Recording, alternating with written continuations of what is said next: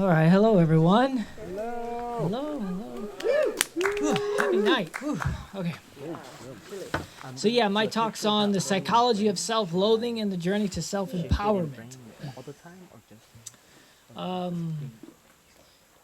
So no one breaks natural law against me without consequence. No one breaks natural law against me without consequence. Yeah. Now that is a declaration rooted in self-empowerment. Declaring this to you all is showing you a picture of my personal journey from self-loathing to self-empowerment. Why is this important? Well, let's break it down this way. Self-loathing equals slavery. Self-empowerment equals freedom. This is why this is important. And this is why our psychology is so important. So, what is self-loathing? Well, loathing is defined as extreme disgust. So combining this together, it comes together of having extreme disgust for our own selves. Some definitions even include it as self-hatred. Kind of nasty. Now, one might be thinking, though, but I don't have the extreme disgust for myself. So, what is this? So that's a very extreme sort of picture you can grab onto. Well, self-loathing is on a range. It could be from one end of the deep self-hate, the self-disgust, to all the way on the other end of maybe a slight neurotic criticism of oneself.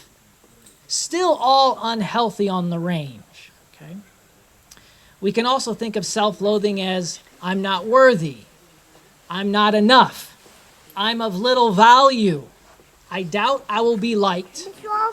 I don't belong here with these people, etc., etc. Overall, self-loathing always contains root beliefs of unworthiness and unlovability. Adding to this, and maybe most important to note, is self-loathing can go unnoticed in us. It is at times unconscious. It may take us many years to discover the deep complexities of our personal self-loathing story. I will even propose the vibratory nature of self-loathing energy for some sinister reason has the capacity to weave deep into the fabric of our being, which is quite unfortunate, which creates a problem for our species, as it is a double threat in that most times it will go unnoticed in us, and it lies at complex, deep ways in our psychology. So it's complexly deep, and it goes unnoticed. So that's quite sinister for us. Well, so we have this problem with us as we're kind of navigating in this world. So how does self-loathing come to be constructed in us? Because the truth is, we are not born into a self-loathing state.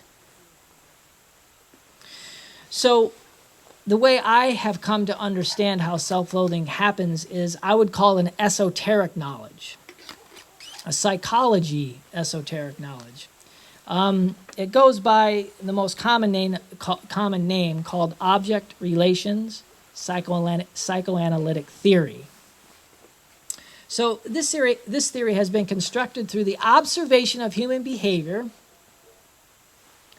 as it applies to the relational life of the infant, we as infants, when we were, and their caregivers. So my relationship to my caregivers, your relationship to your caregivers. And caregivers can be moms, dads, grandparents, uncles, foster parents, anything to that nature.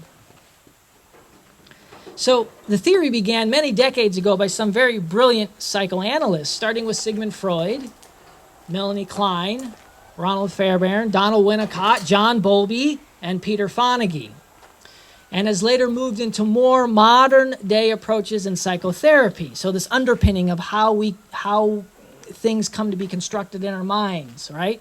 So it moves out into how therapists work with folks. So in specific, object relations psychoanalytic theory describes the phenomenological, internal, and external relationship between an infant and their caregivers. So external, how that relationship looks, and internally, how that looks in our mind, how that feels in our mind. So those two things. So to explain it a little bit, as we are born into this world, we are like sponges, right? And our new psyche is constantly pulling from the environment. Like little babies, pulling from the environment. The need for safety, the need for comfort, and the need for survival. This is what we're pulling from the environment when we're little. The environment that reciprocates back, at least in a good enough environment, and fulfills our needs for safety, comfort, and satisfies our survival needs.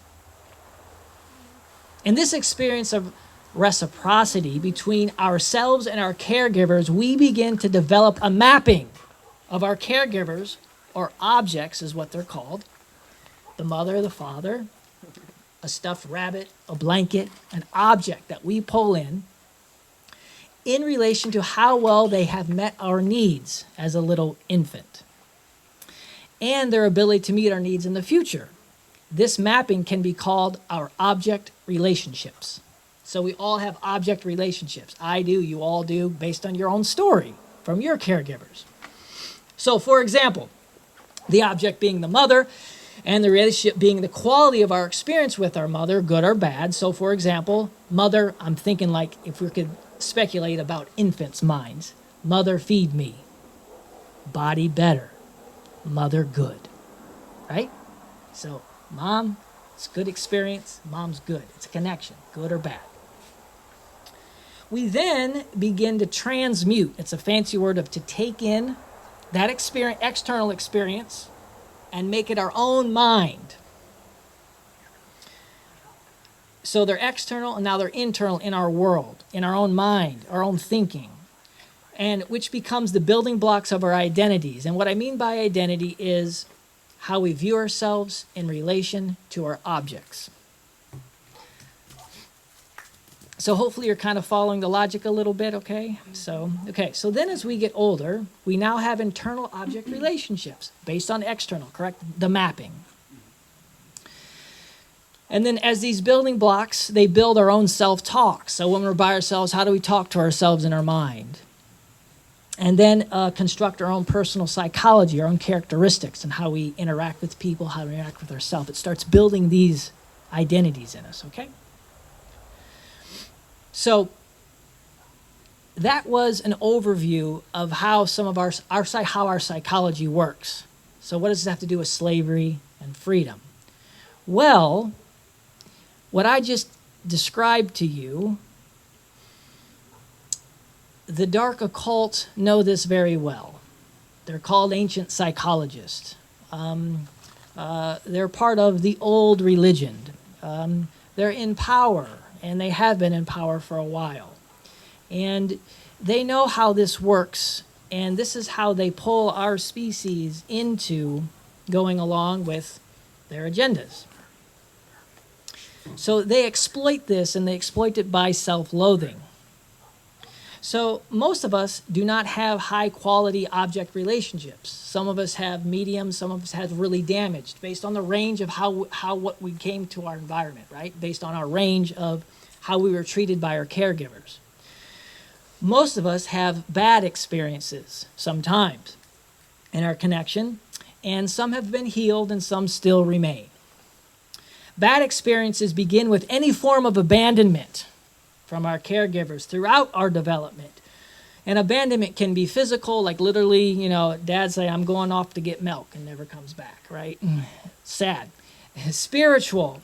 Parents have a different sort of religious belief. We don't, and we don't feel connected to them. It's a spiritual abandonment. Relational abandonment, really needing some sort of energy from mom and dad, and we don't get it. And then emotional experiences as well. Side note, these bad experiences that we do have, I'm not saying as parents we have to be good enough. That's quite okay. That was Donald Winnicott's term, good enough. but I'm talking about stuff that it's over and over, where trauma hits over and over to us when we're little, okay? So we have these bad experiences with our caregivers, and it creates havoc in our internal world, which then leads to self-loathing. So let me explain a little bit how that self-loathing gets created. So in our childhood, we need our caregivers for survival, like I've talked about. And the simple fact is we're too small and helpless to control the external environment. We're too tiny, okay? So the only thing we can control is ourself and our own mind. So if something bad happens in our environment, say, which is not our fault, say we end up getting physically abused, we so desperately need our relationship with the caregiver that just abused us. We so desperately need that connection for survival because we need it to return back to good. But we don't have any power to change the external. So then we go inside ourselves and make ourselves bad. Then once the bad's in us, then we can expel it and get rid of it, and then the good returns. Okay? So we think that's the remedy when we're little. And we place the blame on ourselves. We become the sole responsible person. So obviously, these mental gymnastics do not work and continue to leave us. So here's the self-loathing building blocks. They don't work when we're little. Okay, side note real quick.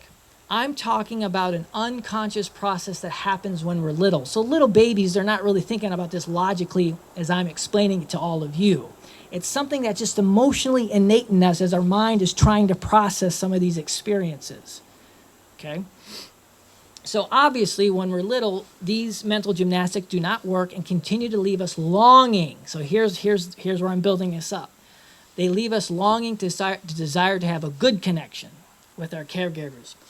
A deep, continued fear, so a longing, and then a continued fear of our connection being permanently broken, and then a longing for relief from our recent inflicted mental bullying about our badness, right? Because we created this badness that we're bad. So now we have all this tension now in us. Therefore, with every unhealed bad experience we have with our caregivers, poor object relationships creates deep longings for a repaired connection, the palpable need for self-reassurance and validation of our goodness, and the psychotic anticipation of relief from the continued dread of our deeply felt parental abandonment. This is what goes on in us, and this is self-loathing. Okay? Those are the mechanics and how we come to be self-loathing. Therefore, to go through this life in an unexamined state regarding these issues leaves one extremely vulnerable to interspecies predators that are in power over us, in quotes, and their consuming energy of psychopathic entrepreneurship. I call them psychopathic entrepreneurs because now they have a market that they're going to exploit, which is the self-loathing, how we've become to create in our species. So how they do this in a few ways. In specific, they create a zeitgeist of fear, as Robo was talking about. False flag events, scarcity mindsets, which heightens our self-loathing. Because in our self-loathing, we're looking for longing, we're looking for validation, we're in fear. We're not in self-empowerment. So these tactics, and a lot of this comes from the Tavistock Institute, which I studied under for some postdoctoral work I did. So they create a zeitgeist of fear, which heightens our self-loathing. Then they create a product for us to consume that promises to appease this zeitgeist of fear and promises to heal our self-loathing in roundabout ways. These products include all forms of governments. These products include police. These products include military, religions, Manai, and the belief in authority, all to give you the empty promise of safety and the slimy reassurance of your value. These products most certainly act as strong surrogate parent figures that give you this idea of structure, safety, organization, and care.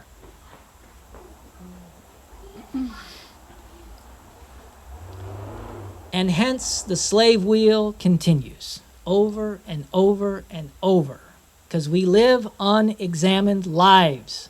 We have to examine our lives so we can come into the state of empowerment and not fall victim to our self-loathing. So, with that said, here's some remedies to self-empowerment. So, I'm going to call this spiritual ascension. Knowing who you are spiritually, created by source love. This means you are a divine being that has infinite creating potential. This is true. All of us have this. All of us are this. We have to then come to understand, this is point 2, we have to then come to understand the divine feminine and the divine masculine. This is, we do these things, we're here tonight, Paul and Lauren created this, all you are here because we care. We care. We want to be generous. We want things to end that are evil. We want to spread freely. We want to love. We want to support. We do this because we care, because all of us are connected. If one suffers, we all suffer. Okay? And then we have the divine masculine, which I've talked about and many people have, so we'll reiterate it again. The divine masculine is to stand up and say no to evil. Say no. So what Robo was talking about, they're really all fancy ways of just saying no. It is the lost word. Then we have to know what makes us a good person to be in our self-empowerment. What makes a good person versus a bad person? Well, we know that psychopathic entrepreneurs are deceptive, and that does not make a good person. And that promotes slavery, and the cog of slavery just goes on and on. So what makes a good person? Don't steal property from others who did not start violence towards you, right? It includes their life, their sexual choice, their mental, emotional integrity, their physical integrity, their free will choice, their possessions, a full and complete information to make a informed decision. That's their properties. That's all of our properties. Don't steal it from anybody else. Stop it. Stop it, please. Stop it. And then we have to understand, well, all what I've just said is all lies. We create these ideas in our mind, and when we think that we're bad, it pulls us away from the truth of who we are. So we begin to believe this lie. Self-loathing is based in lies. So if you find yourself walking around in the day, or being with somebody, or going somewhere, or waking up or going to bed, and you start having self-loathing energy, tell yourself, this is a lie. This is not who I am. Okay? Practical, that's very practical. It's hard work. It's hard work. You might have to do it every minute because your mind is so stuck in self-loathing.